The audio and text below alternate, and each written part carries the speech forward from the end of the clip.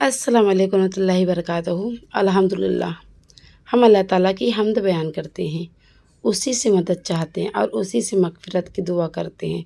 दरूद व सलाम हो हमारे नबी मोहम्मद सल्लल्लाहु अलैहि वसल्लम पर, आपकी आल और तमाम सहाबा रज़ियल्लाहु अन्हुम पर।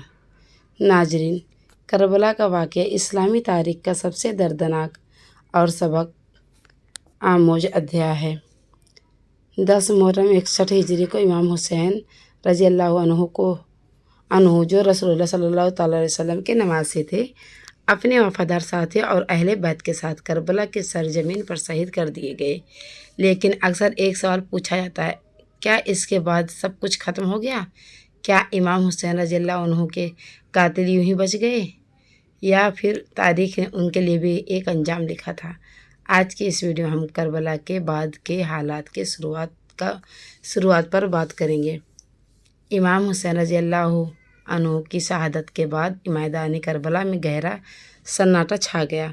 उनके साथियों की शहादत के बाद अहले बैत के खेमों में औरतें और बच्चे गहरे गम में थे। ऐतिहासिक रिवायतों में आता है कि इसके बाद अहले बैत को कैद करके अब पहले कूफा और फिर शाम की तरफ ले जाया गया।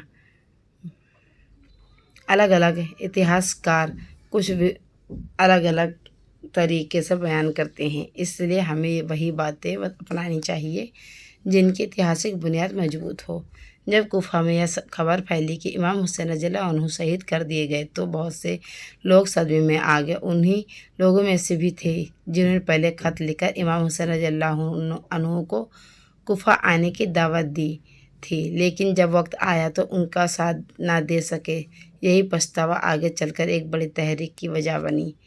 कूफा में लोगों के दिलों पर गहरा असर हुआ। उन्हें एहसास हुआ कि उन्होंने एक बहुत बड़ी जिम्मेदारी निभाने में कोताही की। इसी एहसास ने बाद में उन लोगों को एक जगह इकट्ठा किया जिन्हें तारीख़ में तव्वाबीन यानी तौबा करने वाले कहा गया। लेकिन उस वक्त तक हालात आसान नहीं थे। बनी उमैया की हुकूमत मजबूत थी और करबला का जख्म ताज़ा था। खुले तौर पर विरोध करना हर किसी के बस की बात नहीं थी।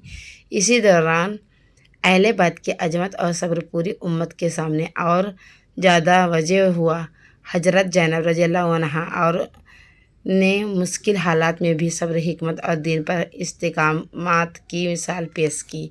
इतिहास यह भी बताता है कि करबला का वाक़या सिर्फ एक जंग नहीं था, उन्होंने पूरी इस्लामी दुनिया को झकझोर दिया। लोग सोचने लगे कि आखिर यह सब कैसे हुआ और इस दर्दनाक हादसे के जिम्मेदार कौन थे।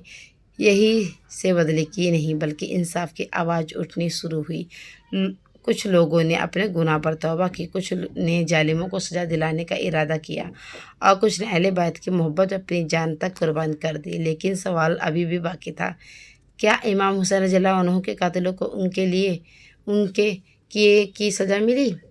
इस सवाल का जवाब हमें अगले हिस्से में मिलेगा, जहां हम तवाबीन की तहरीक, उनके मकसद और उन हालात का जिक्र करेंगे जिनमें से आगे चलकर मुख्तार बिन अबी उबैद सकफ़ी का क़याम सामने आया। साथ ही यह भी दिखेगा कि इतिहास किन लोगों को करबला के जिम्मेदारियों में गिनता है और उनके बारे में भरोसेमंद रिवायतें क्या कहती है। अगर आप इस सिलसिले को शुरू से आखिर तक समझना चाहते हैं तो अगले पार्ट का इंतज़ार करें। अल्लाह हाफिज़।